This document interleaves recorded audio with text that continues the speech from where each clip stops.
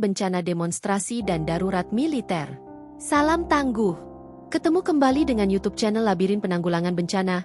Kali ini kita berada dalam kolom perspektif khusus membuat kajian tentang penanggulangan bencana demonstrasi yang sudah dimulai dari Solo.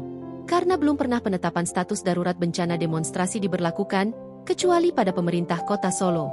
Namun sebelumnya mohon terlebih dahulu subscribe, komen, dan share untuk pengembangan channel ini ke depan. Dimulai dari Solo.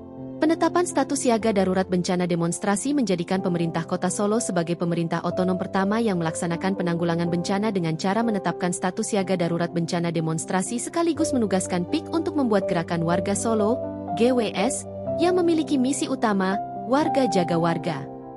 Tujuannya untuk mengendalikan keterpaparan dari pihak luar agar masyarakat Solo tidak terprovokasi oleh pihak penunggang yang mungkin selalu ada dalam setiap demonstrasi.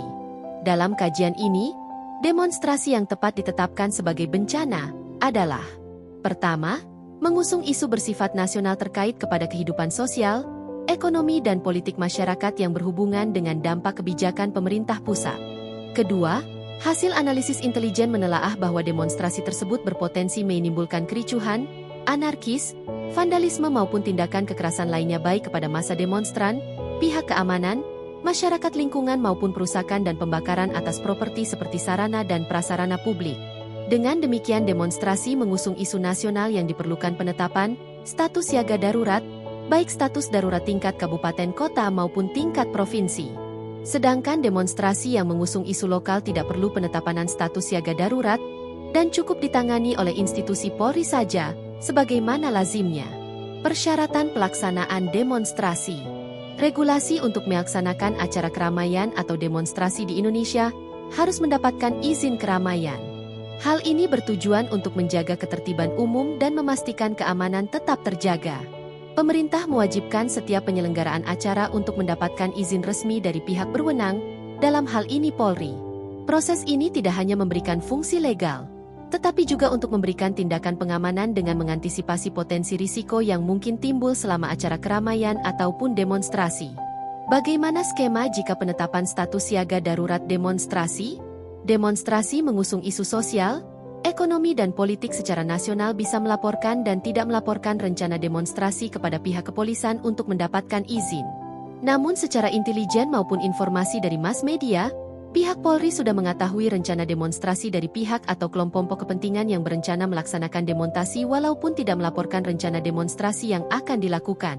Umumnya 1 minggu sebelum hari H, kegiatan demonstrasi sudah diketahui pihak Polri. Ketika Polri sudah mengetahui rencana demonstrasi dari kelompok kepentingan tertentu, dari mahasiswa, buruh, rakyat miskin kota, pelajar dan kelompok kepentingan lainnya.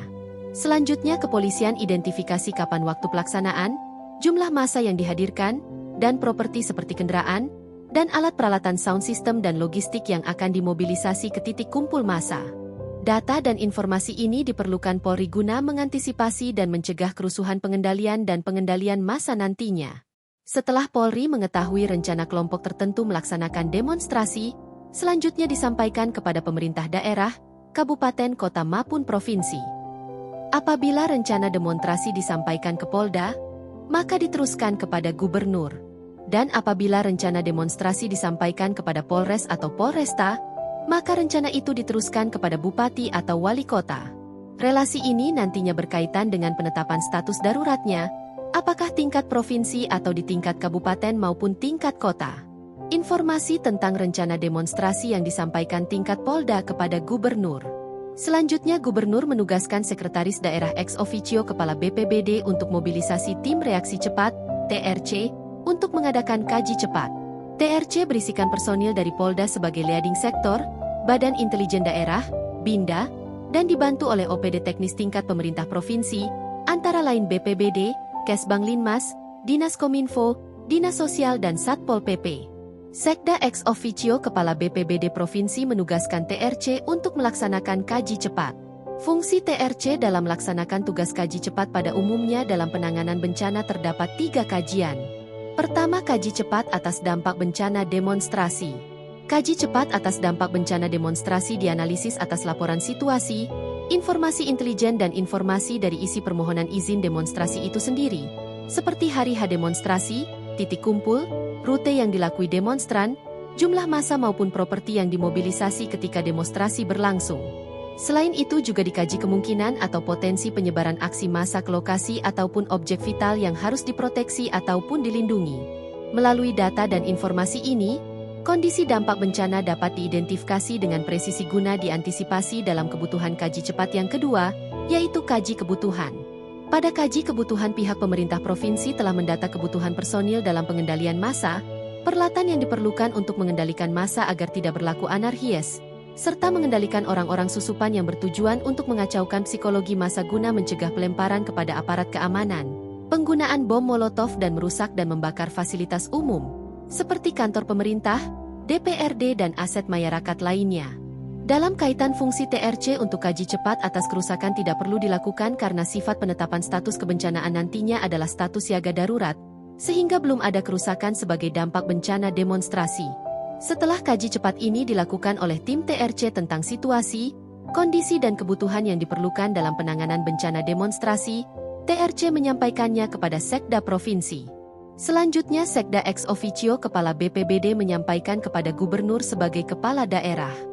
Berdasarkan rekomendasi TRC dan hasil musyawarah dengan Forkopimda, maka Gubernur menetapkan status siaga darurat bencana demonstrasi tingkat provinsi. Segera setelah penetapan status siaga darurat tersebut, juga Gubernur menetapkan Komando Penanganan Siaga Darurat Bencana. Komando Penanganan Siaga Darurat Bencana demonstrasi tingkat provinsi dihunjuk Gubernur adalah Kapolda. Menurut Peraturan Kepala BNPB Nomor 3 Tahun 2016, sebagaimana lazimnya, pada penanggulangan bencana alam, selayaknya memiliki pemahaman yang sama pada penanganan bencana demonstrasi. Ketika terbentuknya Komando Penanganan Darurat wajib mengoperasionalkannya ke dalam pos komando dan pos lapangan. Pos komando dapat ditentukan pada Polres maupun Polresta terdekat dari massa demonstran. Sedangkan pos lapangan ditentukan pada titik kumpul dan rute yang akan dilalui para demonstran.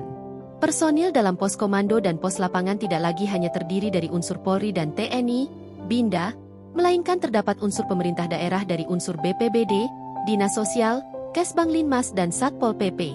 Unsur pemerintah daerah ini memiliki fungsi dalam penanggulangan bencana, sehingga OPD memiliki personil dan peralatan dalam penanggulangan bencana baik secara software dan hardware. Walaupun Kapolda telah dihunjuk Gubernur sebagai Komandan Penanganan Siaga Darurat Demonstrasi, tetapi institusi Polri tidak bekerja sendiri, melainkan Polri di bawah kendali pemerintah provinsi. Kebutuhan TNI dalam dukungan pengamanan dan pengendalian massa demonstrasi dilakukan melalui struktur Komando Penanganan Darurat dan bukan atas permintaan institusi Polri.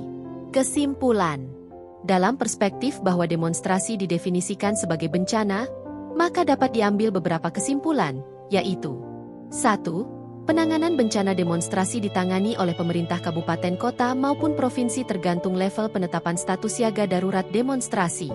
2. Kepala daerah, Bupati, Wali Kota, Gubernur, mengangkat Komandan Penanganan Siaga Darurat Bencana Demonstrasi sebagai pengendali massa demonstrasi adalah Kapolda, Kapolres atau Kapolresta.